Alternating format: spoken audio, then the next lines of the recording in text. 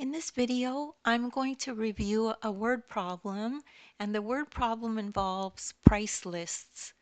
So if we have a problem like this that says Sienna has $1,050,326, does she have enough to buy the Forest Hill and the Winfield estate? So here's the list of properties with their prices. So when you do a problem like this, you just have to figure out where the two are that you need. So we need Forest Hill and Winfield Estate.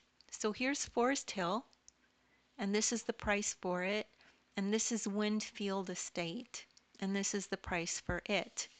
Okay, so step one, so add the prices of Forest Hill and Winfield Estate properties. So we figured out which ones they are, so we just have to add them now. Okay, so we write down the numbers. So 632,337, 487,325. Okay, so the two properties and add them up. And remember your place value, okay? So this is the ones, tens, hundreds, thousands, 10,000s, 100,000s. So let's add each one, okay? So 7 plus 5 is 12. So we put the 2 here, carry the 1 to the tens, okay?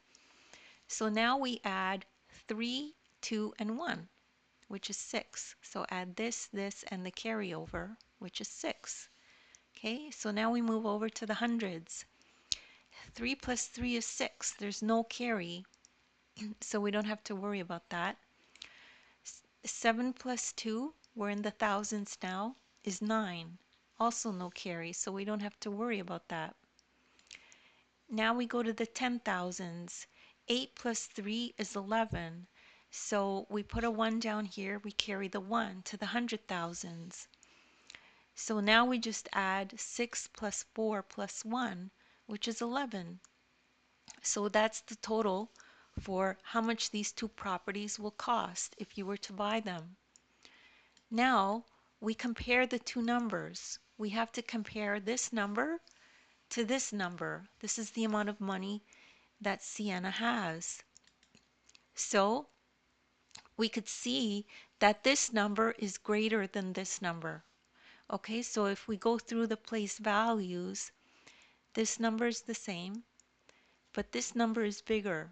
So automatically we know that this number is bigger than this one. So that means Sienna only has $1,050,326 to spend, so she cannot afford both properties. So she won't have enough money to buy them both. Okay, and that's the solution to this problem. Don't worry if you didn't get that right away. You could just rewatch the video. There's nothing wrong with repetition. As well, take a look at the description. There's links there to other videos of mine that I've done that are similar. As well, you could download the ebook. In the ebook, there's a link that'll take you right to this lesson. You could follow along in the ebook as you watch the video.